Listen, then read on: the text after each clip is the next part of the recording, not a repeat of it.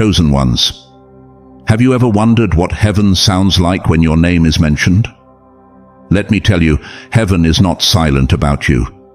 In fact, God can't stop talking about you. Your name has been whispered with joy in the ears of angels. Your faith has stirred the throne room.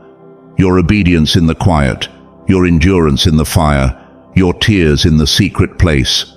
They did not go unnoticed. You may not feel worthy.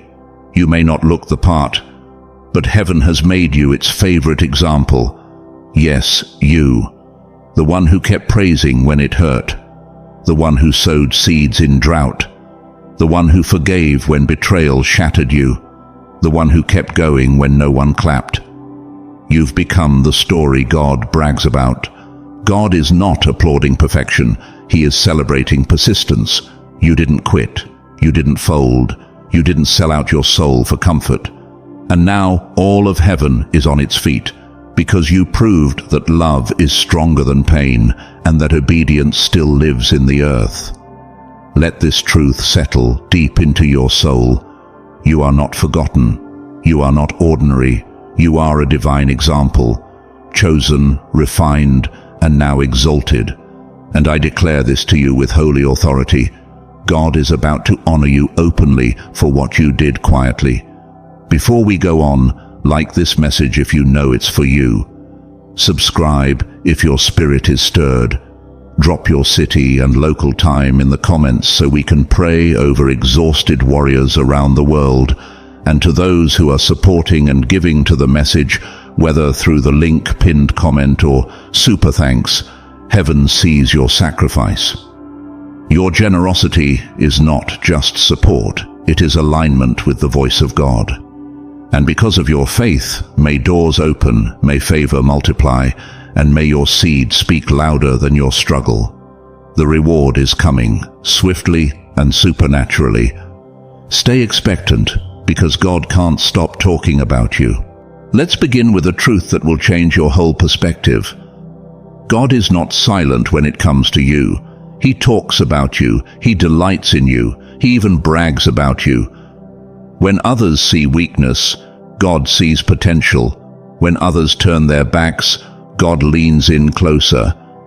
And when you feel like no one notices the weight you're carrying, He not only notices, He speaks your name in the courts of heaven. You're not forgotten, you're not invisible, you are mentioned in the conversations of eternity. Let's break this down slowly and deeply, like teaching a newborn how to read. When you think of God, what image comes to your mind? A strict judge? A distant king? A silent creator? Many people see God this way because of what they've experienced in life: betrayal, rejection, abandonment, shame, and silence from people who should have loved them. So they project human failure onto a divine Father. But hear this loud and clear: God is not people. He doesn't carry the inconsistencies of man. He is faithful, consistent, and near. He doesn't abandon His own. He doesn't forget His children. And He definitely does not stay silent about you. Just as a proud father speaks joyfully about his beloved child, your Father in heaven brags about you. Let that settle in your heart. He brags about you, even in your brokenness, even in your doubt, even in your struggle. He sees something in you worth celebrating. The Lord your God is with you, the mighty warrior who saves. He will take great delight in you. He will rejoice over you with singing. Zephaniah chapter 3 verse 17. Can you imagine the Almighty God, the Creator of the universe, singing over you? This is not poetic fluff. This is Bible truth. Heaven is not just watching you, it is rejoicing in you. God is not frowning at your process. He is not frustrated with your pace. He is rejoicing because you're still moving, still believing, still pressing forward, even when you feel broken, even when you feel unsure, even when you've failed.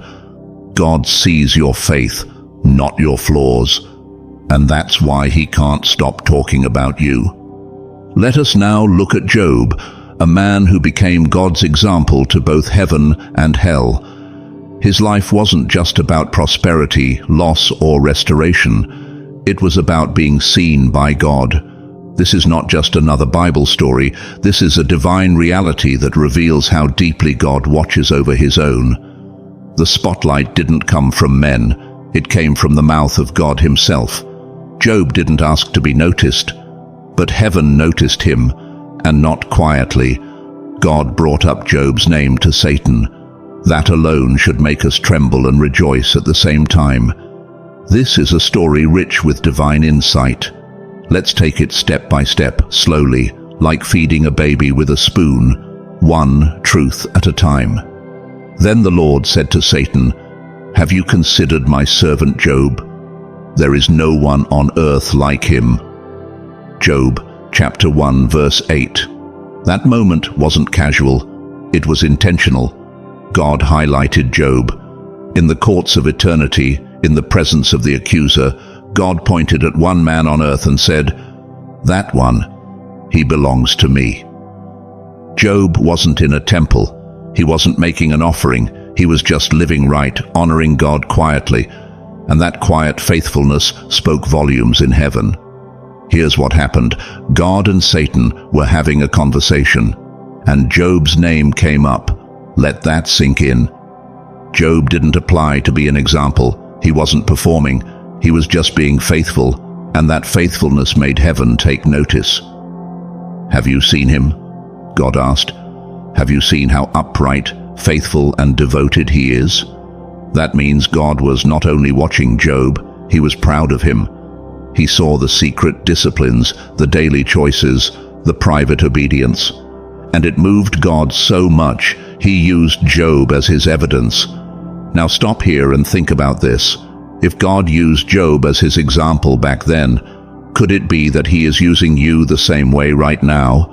Every quiet sacrifice, every time you say no to temptation, every time you pray and get no applause, every time you love those who mistreat you, every time you refuse to compromise, all of it, heaven takes note. And when the enemy accuses, God responds, "Have you considered my servant?" You may feel small, hidden, or even discouraged, but you are being watched with love and intention by the God who sees everything. You are becoming a sermon. You are becoming proof. You are becoming God's favorite example. Just like Job, you may not understand why you're being tested, but know this: it's not punishment, it's proof. Proof that someone on earth still honors God for who he is, not just for what he gives. You are living out a testimony that angels marvel at and demons fear. And when the dust settles, like Job, you will see that God was with you the entire time, turning your faithfulness into something eternal. Now someone may say, "But why would God talk about me? I'm not perfect. I mess up. I struggle. I doubt. I fall."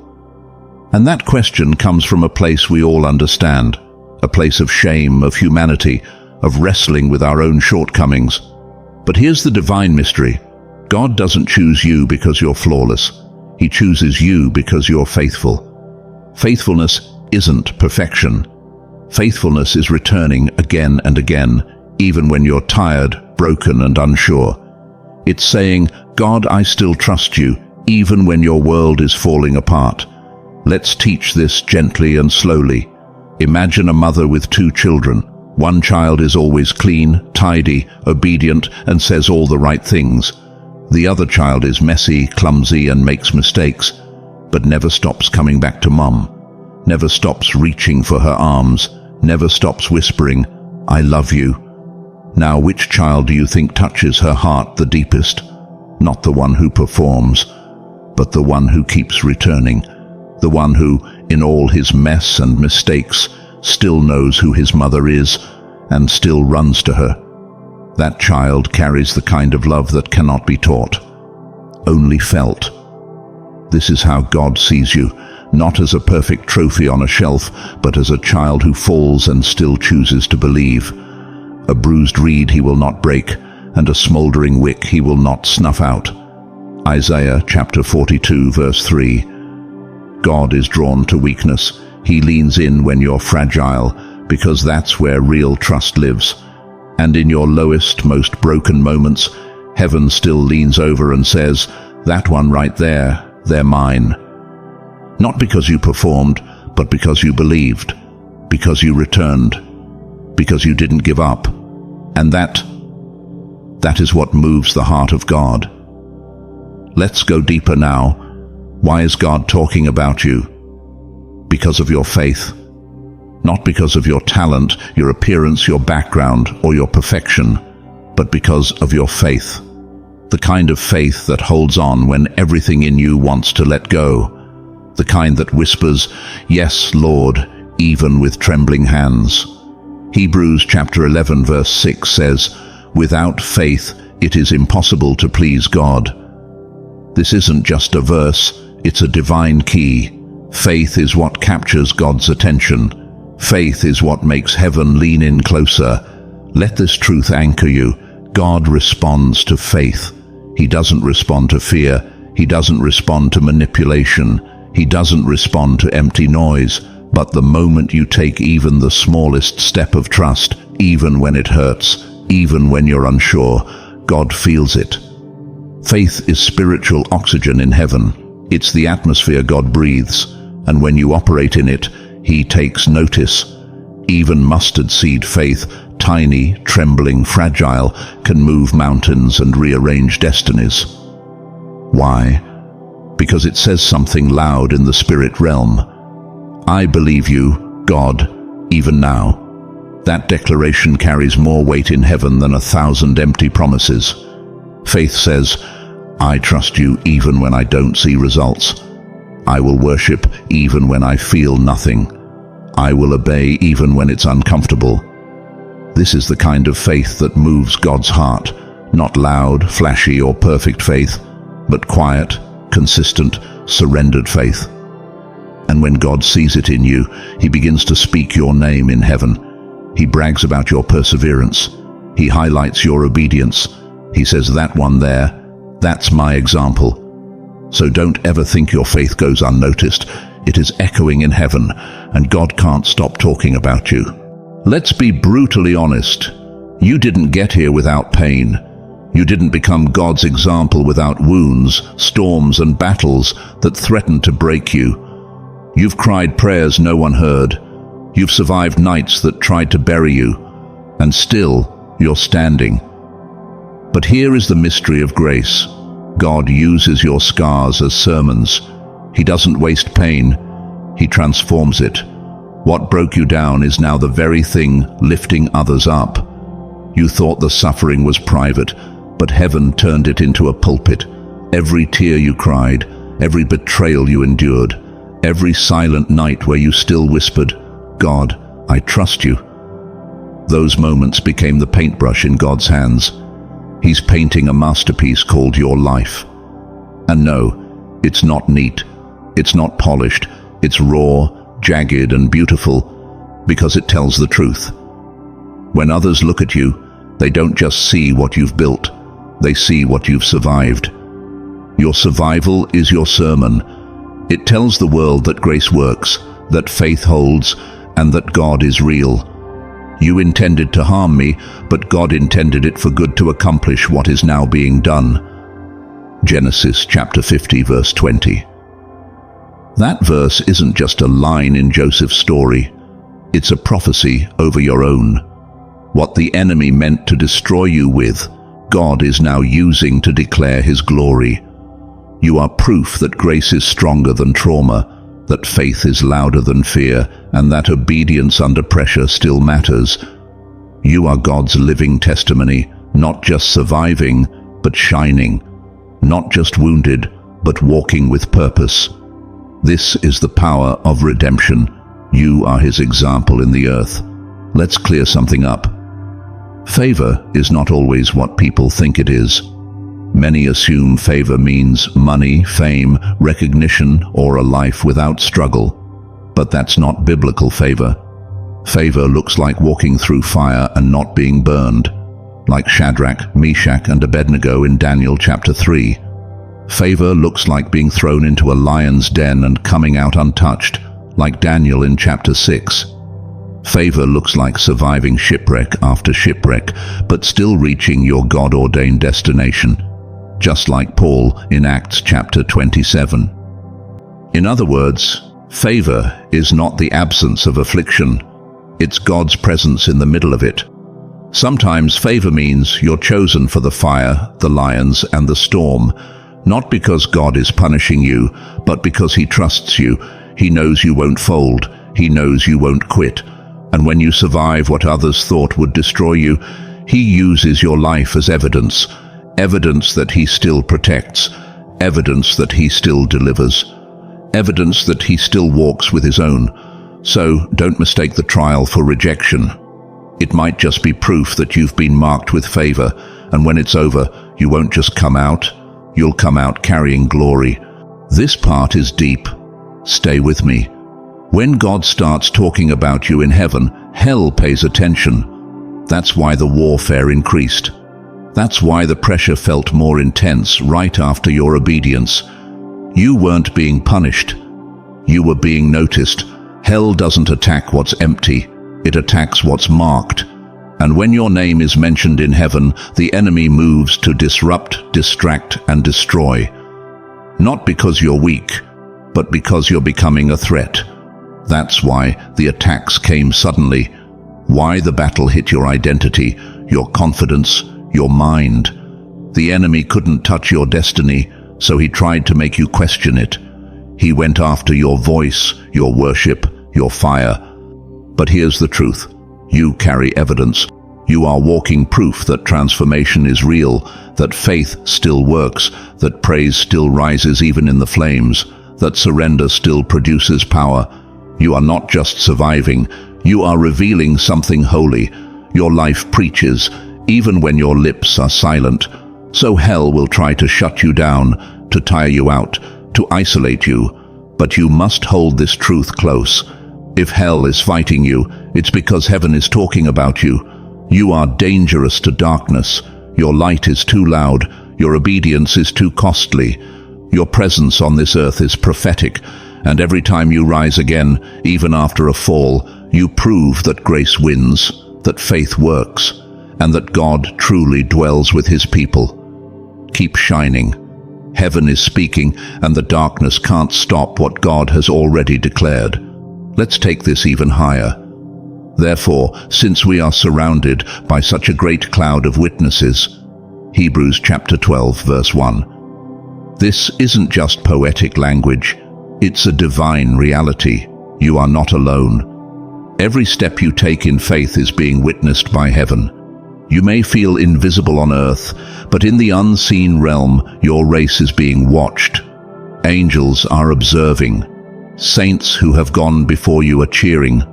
And the Holy Spirit is guiding you, not just as a comforter, but as a divine coach whispering, "Keep going."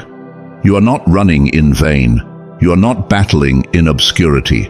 Every time you say yes to God when your emotions scream no, heaven records it.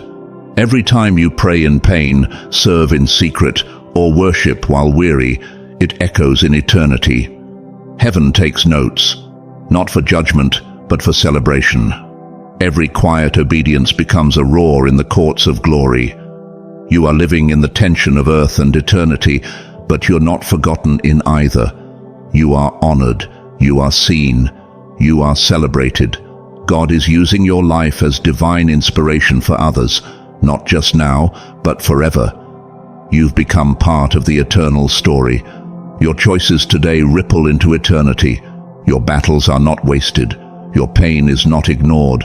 Your perseverance is not in vain. You are a living testimony, not just to this generation, but to the invisible realm.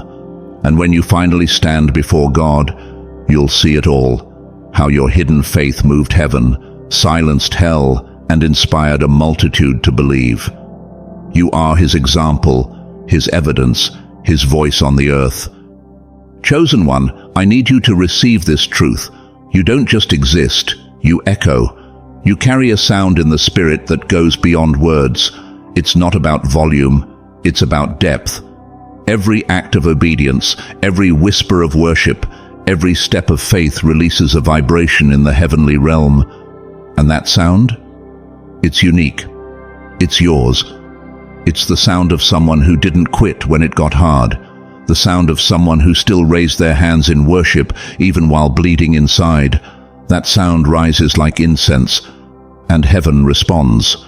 That sound gets louder when you worship through tears, when you declare His promises through pain, when you choose love when it's easier to hate, and when you walk in righteousness, even when it costs you everything.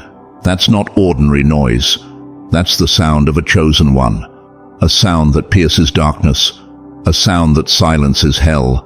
And most of all, a sound God can't stop talking about. Your life has become a melody that moves the heart of God. So don't let the enemy convince you you're unseen. Heaven hears you loud and clear. Chosen one, the fire you've been through has not disqualified you. It has qualified you. What others saw as your breaking point, God saw as your preparation. Every battle you survived didn't just leave scars, it left oil.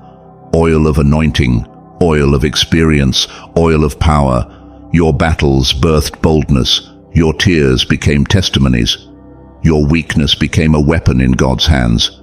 You are not damaged. You are dangerous to darkness. You carry the evidence of someone who has walked through the fire and came out with glory in their voice. So today, stand tall, not with pride, but with holy confidence, because God can't stop talking about you. You've become His example of endurance, His proof of power, His reflection of grace, and His loud reminder to the world that faith still lives. You don't need man's applause, you have heaven's attention. You don't need a stage.